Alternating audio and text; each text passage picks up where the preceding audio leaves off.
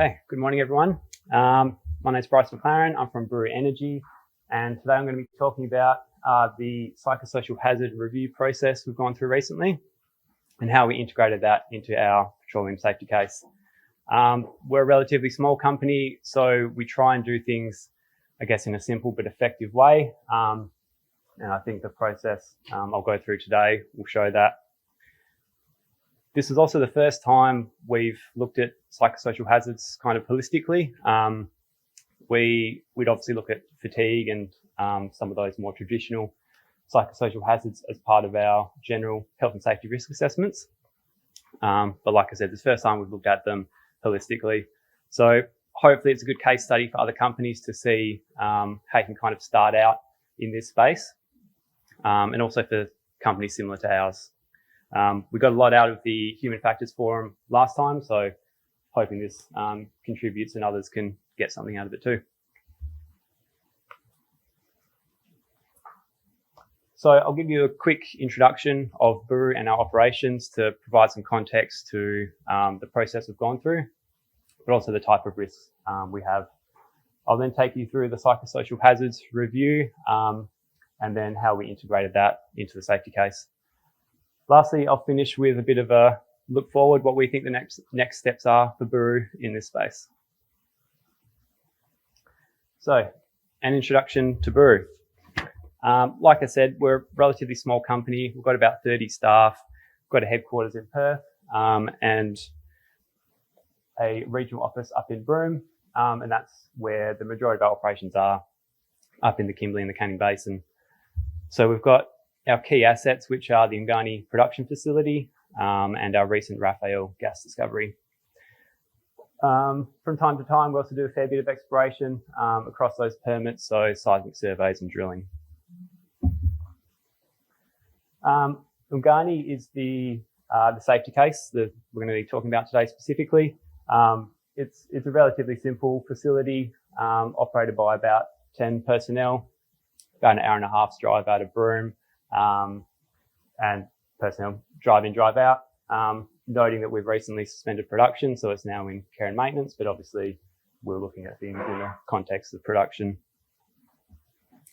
It's not a major hazard facility, but it's licensed under the Dangerous Goods Act and petroleum regulations. So on to the psychosocial hazards process. We did this in 3 steps, basically. We did an initial review of psychosocial hazards. We fed that into an anonymous staff survey to get staff feedback, and then we fed that into our formal risk assessment.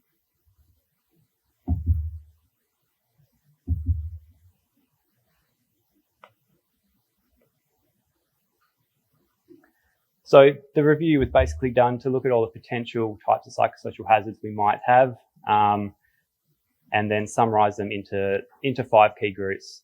As I said, we're starting out in this space. We wanted to, I guess, start small, start relatively simple. So we landed on these 5 groups, being bullying and harassment in a general sense, sexual harassment specifically, fatigue, work-related stress, which is obviously quite a broad group, and then remote and isolated work issues, given the nature of our operations. So we then sent out an anonymous survey to all our staff using an online survey tool, basically asking whether staff had experienced any of those 5 groups of psychosocial hazards, and giving room to elaborate if needed. We treated all the responses confidentially. We mainly used the data in a summary form, but where we did need to refer to individual responses, so the comments provided, those are reworded just to make sure there was no kind of identifying language or anything in there. So these are the questions that were in the staff survey. Like I said, just asking if people have had experience with any of these psychosocial hazards, room to elaborate if they had, as well as allowing suggestions for improvement in this space, and any other comments. So in terms of the results we received, they were actually quite positive in that most people had not experienced each particular psychosocial hazard.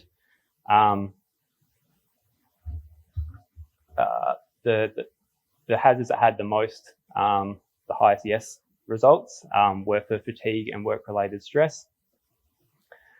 And there was a key theme in the responses that while a lot of people hadn't experienced any of these hazards, they were saying, we don't know how to report them if we did, which is obviously a key learning we'll talk more about.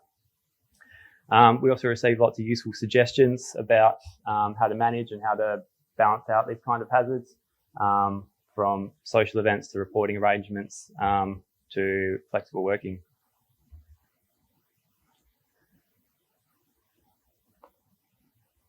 So don't try and read that, obviously. We fed the results of the survey into our formal risk assessment. So we held a workshop with representatives from across the company, including site personnel, obviously. And we had those survey results on hand to go through the risk assessment. Obviously came up with controls for each of the hazards. A lot of them we already had in place, but some were new, and a lot came from the survey suggestions.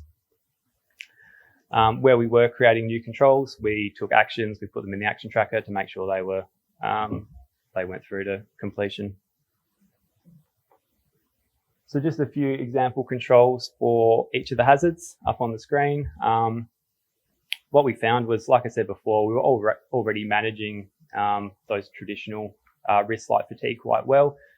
So that was basically covered by our existing controls. Whereas something like work-related stress, we hadn't really focused on in the past. That was where we took a few new controls.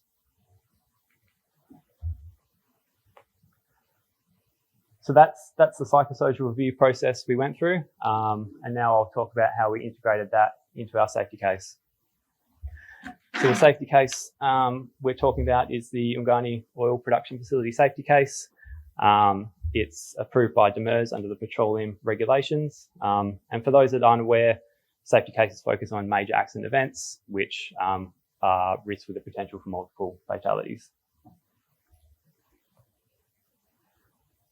So the potential multiple fatality events, major accident events covered by the safety case, loss of containment, so a fire explosion, a vehicle accident involving multiple personnel, major weather event, helicopter accident, confined space entry accident, or an accident during handling of perforation guns.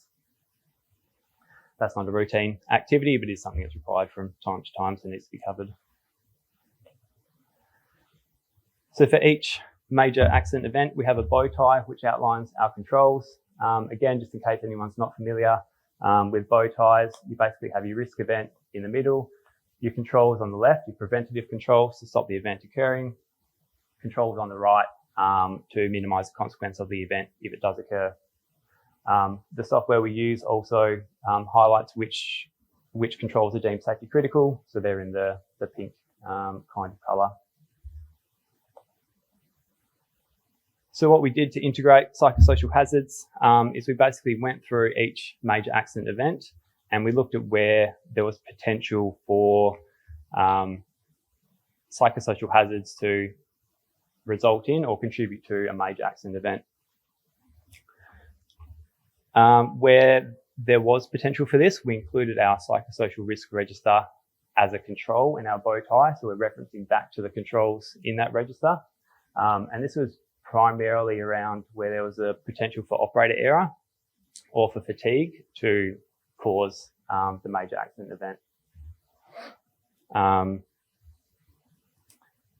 So, like I said at the start, simple but effective. This is pretty straightforward. All we're doing is cross-referencing our risk register with all our psychosocial hazard controls in our MAE bow tie, but it's effective. So, as an example, if we want to prevent a loss of containment event being caused by operator error, we need to be implementing our psychosocial controls to make sure our operators are in the best state, they're fit for work, free from as many unnecessary stresses as possible, so that they don't, so that operator error doesn't result. As you can see, the controls aren't pink, so they're not deemed safety critical. This is because we've got other safety critical controls in place for all the MAEs. With something like loss of containment, we've obviously got a lot of engineering controls in place.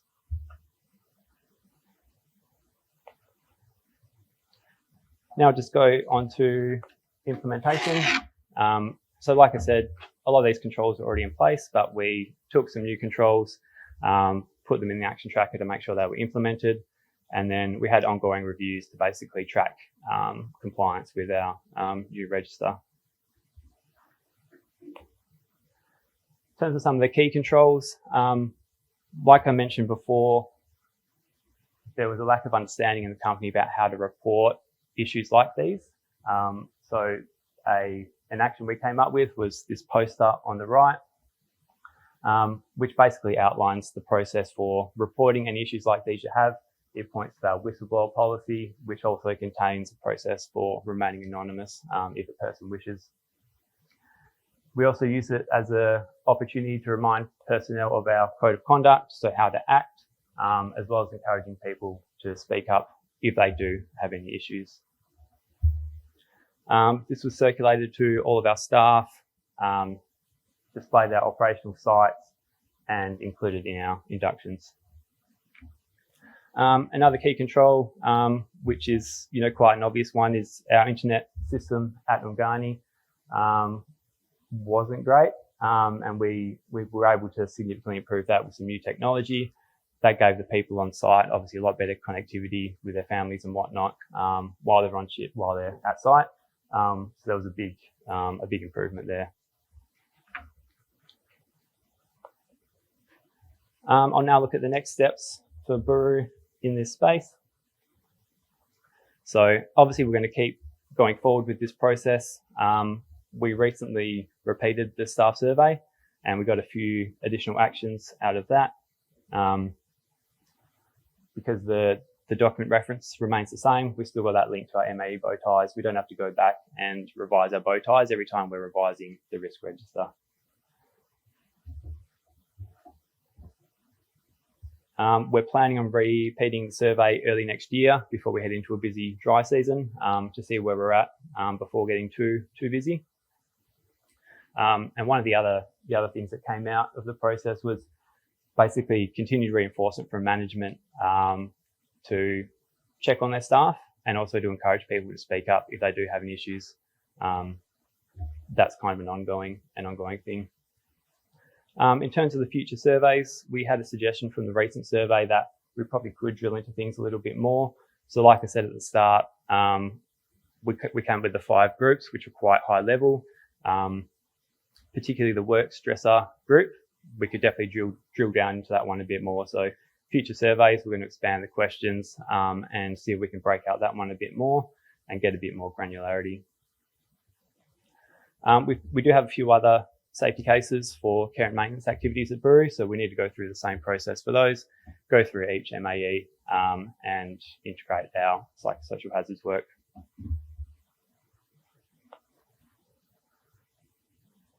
Another potential opportunity for improvement is to look at psychosocial hazards and emergency response. So obviously we've been focused on preventing MAEs on the left side of the bow tie. We think there's an opportunity to look at psychosocial hazards on the recovery side, so mainly around emergency response. It is something that's considered as part of our emergency response documentation, but again, similar to our general health and safety risk before, we probably haven't looked at it holistically yet. So I think it's worth putting some time into that and making sure if we do, touch wood we don't, but if we do have an emergency event, that the people involved, are given the best chance of getting through that. Lastly, we've still got a bit of work to do on integrating psychosocial management in the company. So like I said, it's a pretty recent step for us. A lot of these controls are kind of sitting outside other systems and are quite manually implemented. So we've got an opportunity to better integrate them and just psychosocial management into the company as a whole. We've done this at a company level. So there's also an opportunity, we think, to start looking at a project level as projects come up. For example, if we're drilling in the future, we could include psychosocial hazards in the project risk assessment and start to look at the real specific hazards there for that particular project. That's it for me. Thanks everyone for your time and happy to answer any questions.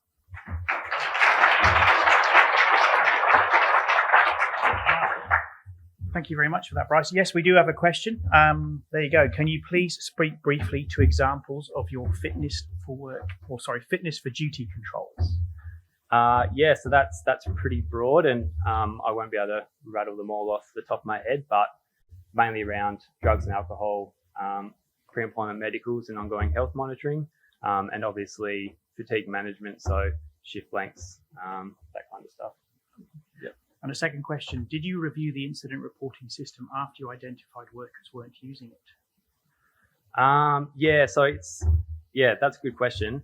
Wasn't technically the incident reporting system. It's more an internal issue. So it's kind of, I guess being a small company, we don't have a big HR department. We don't have those usual systems in place where if someone does have these kinds of issues, they would go to HR.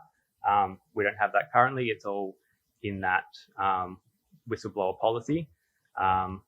So it was really just about reminding people to go there, encouraging people to speak up. That's where we got to. We're taking a step further this year in that we do have more HR resources internally. So one of the actions from our current review that we're doing this year is to get a better system implemented there so that people can go to HR. They know to go to HR with these kinds of things. Thank you. All right. Thank you, Bryce. Thank you. Sorry. So,